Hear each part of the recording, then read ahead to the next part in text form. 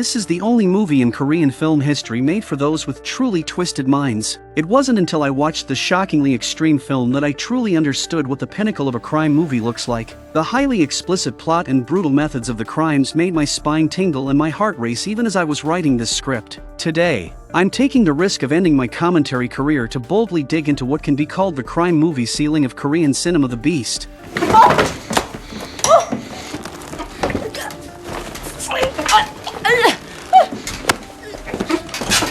뭐? 안 팀장이 시킨 거야. 협박한 거 정보 준 게 한 팀장이. In 2005, in the city of Incheon, a fisherman found a severed hand on the shore. The police mobilized over 100 officers to search the surrounding area in a carpet-style sweep, eventually recovering the rest of the victim's body from the mud. Min Tae, the head of the Serious Crimes Unit 2, quickly pulled out photos to compare, confirming that the deceased was Mi Jin, a high school senior who had been missing for 17 days. A forensic examination revealed that the time of death was likely between 48 and 72 hours earlier, with no signs of assault. An injection mark found on the neck, neat open wounds on the ankles, and all joints in the limbs forcibly twisted and torn. All signs indicated that the killer was a habitual murderer driven by compulsion, with no clear motive, and victims chosen at random. Although only one body had been found so far, the actual number of victims was likely far higher than imagined. Catch the killer as quickly as possible. The chief ordered Team 1 and Team 2 to conduct a joint investigation, even publicly promising, whichever team leader solves the case first will be immediately promoted to take my position. Tempted by the promotion, both teams immediately sprang into action. Unit 1 leader Hansu took his men to a church, as his investigation revealed that Mi Jin was last seen there before she went missing. Before he could even ask questions, a church deacon suddenly bolted. The two officers quickly gave chase and managed to corner the deacon in a room. Seeing the scattered photos of women on the floor, Hansu shoved aside his subordinate and punched the deacon hard in the face. When they pulled the photo from his mouth, the girl in the picture was none other than Mi Jin. Upon confirming his identity, the deacon was revealed to be Chai Pil-kyo, who had been investigated in medical school for assaulting a female classmate but avoided a criminal record after a private settlement. Just then, a colleague found Mi Jin's personal clothing. Given his medical background and the photos, all evidence pointed to Chai Pil-kyo being the killer. However, once the interrogation began, Chai Pil-kyo flatly denied committing the crime. 아니요. 그 애가 절 좋아한다고 전 안 된다고 했는데 자꾸만. 신부님은 좋다고 그랬어요? 그래서 따라간 거야? 그 애가 절 좋아하는 게 제 죄는 아니지 않습니까? 네가 지금 무슨 짓을 저지르는지 알기나 해? 그날도 제가 거절을 하니까 화를 내고 나갔던 겁니다. Seeing his shameless attitude, Hansu brought up his dark past from university. Investigation showed that the assaulted female student had jumped to her death after being hospitalized, and her mother, unable to bear the grief, took her own life, leaving only a terminally ill father barely hanging on. At that moment, Chai Pil-kyo completely broke down, crying hysterically and eventually confessing to his crimes. 내가 죽였어요. 내가 죽였어요. His colleagues burst into applause, convinced that Hansu was destined to be the next chief. But before he could file the case closing report, Min Tae from Unit 2 released Chai Pil-kyo without charges. Hansu rushed back to the station, only to witness Mi Jin's father attempting to take revenge. Although Chai Pil-kyo survived, he could no longer be questioned further, realizing his promotion was slipping away. The furious Hansu stormed into the office ready to fight. To his surprise, Min Tae pulled out evidence for the release. His investigation showed that Chai Pil-kyo had dropped out of school due to a severe fear of blood, making it impossible for him to commit such a gruesome killing, let alone dismemberment. And more importantly, they had found a delivery slip in the church proving Chai Pil-kyo's alibi. These two unexpected pieces of evidence left Hansu speechless, but he refused to give up, his determination to solve the case only growing stronger. Just then, a phone rang nearby. When answered, a woman's voice came through, sounding as if she had known Hansu for years. She didn't say much, only that she had very important information for him.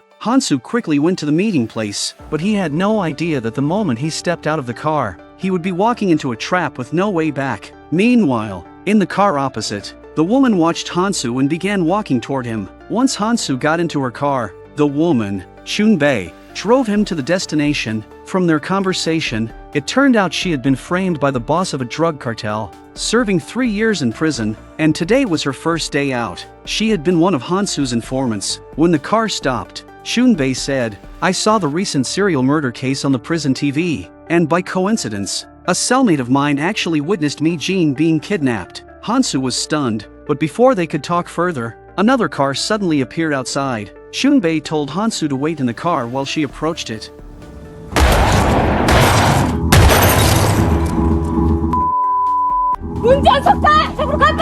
To Hansu's shock, Shunbei had stolen his gun and shot someone in the street. If investigated, he would certainly be implicated as an accomplice. Under her threats, Hansu had no choice but to comply. When they finally stopped again, Hansu beat Shunbei in frustration, but she remained unfazed, saying, "I know where the killer lives." Hansu calmed down and asked who she had just killed. Shunbei admitted it was Joe Dusik, the man who had framed her, adding, "If you help me cover this up, I'll give you the killer's address. And remember, Joe Dusik died from your gun. If this is investigated, you won't walk away clean." With no better option, Hansu reluctantly agreed. The next day, Hansu led his team to the location Shunbei had mentioned. A sweep revealed the place was full of wanted criminals, drug dealers, killers, animal abusers. The entire building was crawling with criminals. Not a single innocent person inside. They took the footage back to the station for analysis. A colleague reported, "The suspects were after live in this building. There are 2 killers, a 74-year-old man and his son." Minte was baffled as to where this intel had come from. Hansu explained, "I checked recent water usage records. This family's water consumption exceeded 200 tons in a month." After Hansu's explanation, the chief was convinced that the father and son were behind the murders. So the police set up surveillance around the building. They couldn't storm in directly because of the high number of dangerous criminals inside. Going in recklessly would mean inevitable casualties. Instead, they waited outside, hoping to catch the suspects when they came out. After a long wait, only the old man appeared. His son remained inside. Unable to wait any longer, they began planning a covert entry, but before they could finalize their approach, an uninvited group arrived at Hansu's stakeout. They were from the Metro Serious Crimes Unit, claiming, "There's a drug den here run by traffickers from Thailand. We've been on this for 3 months. If you act now, our mission will be ruined." Hansu refused to give up the chance to secure his promotion. Just as he was about to argue, Central Command ordered Hansu and his team to stand down. Hansu was furious after all. He had covered up Shunbei's killing to get this lead, and now it was all going to waste. Minte soon heard about this and, after a moment's thought, picked up his gun and walked straight toward the building full of criminals. Ignoring his teammates' shouts, Hansu, feeling the pressure, watched Minte get closer and closer to the suspect's home until he could no longer hold back. 다시 한번 말한다. 다음에 진입한다. 이 팀이 조선족 마크하고 나머지 태국 쪽 맡아. 이 팀이 자기도 확보한다.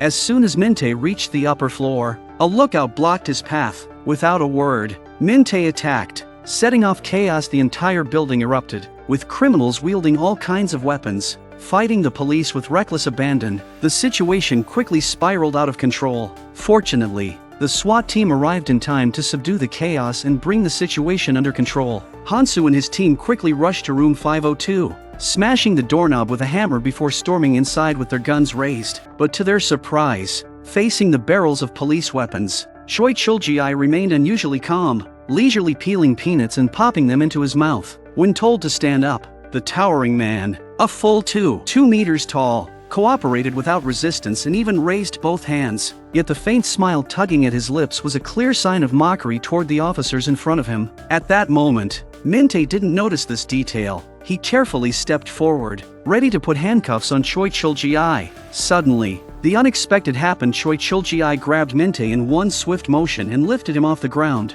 A nearby officer rushed in to help, but Choi Chul-ji spun around and seized him instead, shoving him violently toward the window.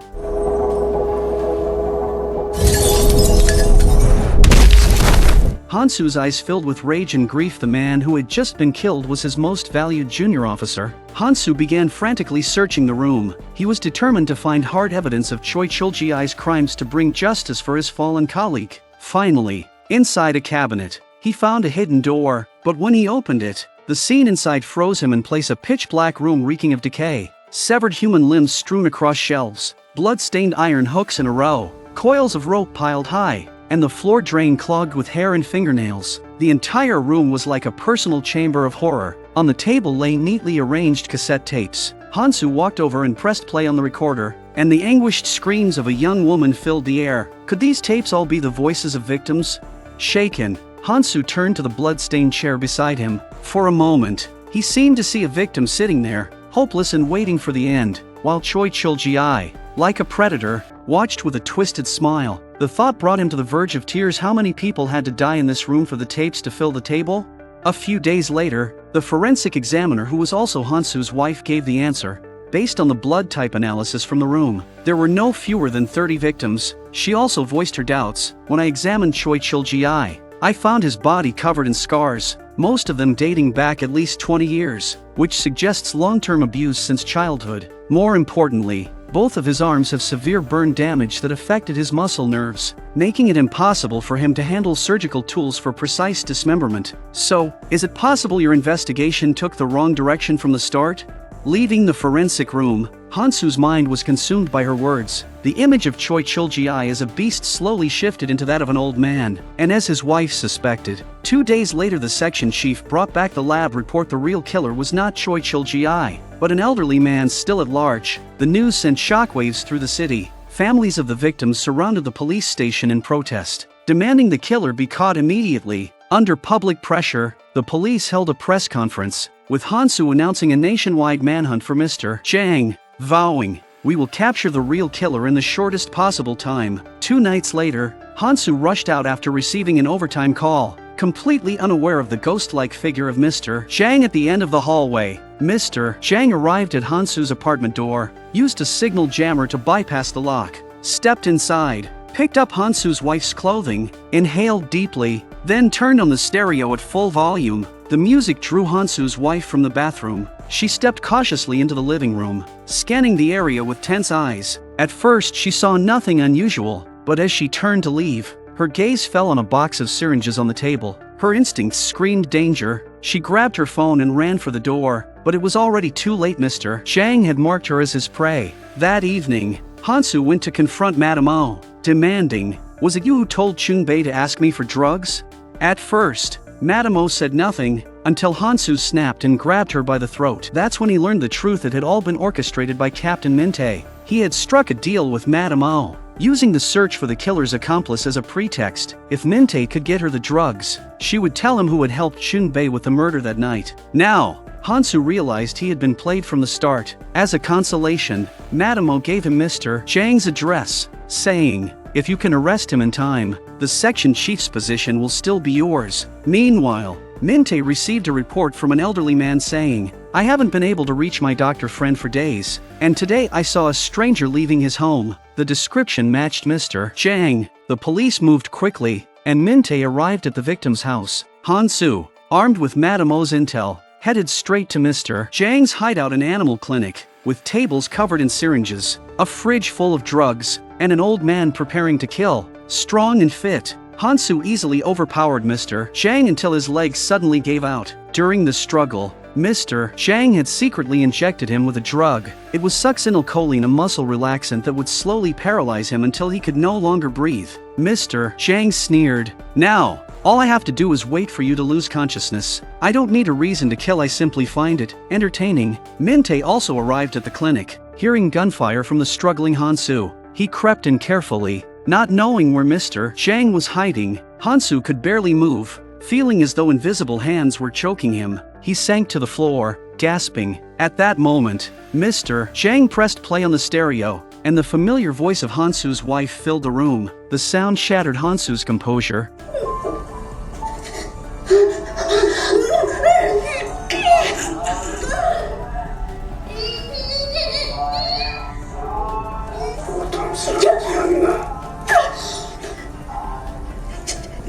He cried out in grief and rage, but the sound came out like a roar from the depths of despair. As his wife's screams echoed, Minte froze, unsure of what to do.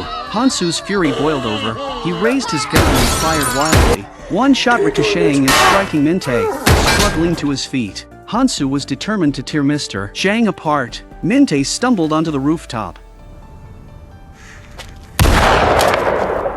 When he tried to offer false comfort, Hansu said nothing, he simply aimed the gun at his face. Hansu kept pulling the trigger, his hatred like invisible bullets piercing into Minte. Too weak to speak, Hansu tried to leave, but collapsed to the ground. This brutal case, this battle between detectives, ended in tragedy with the fall of one of them. Hansu's death paved the way for Minte's promotion to section chief. But after the awards ceremony, Minte felt no joy, not a single loyal ally remained at his side. A female officer walked up to him and said, "I'm leading this unit. I once believed the serious crimes unit existed to wipe out evil,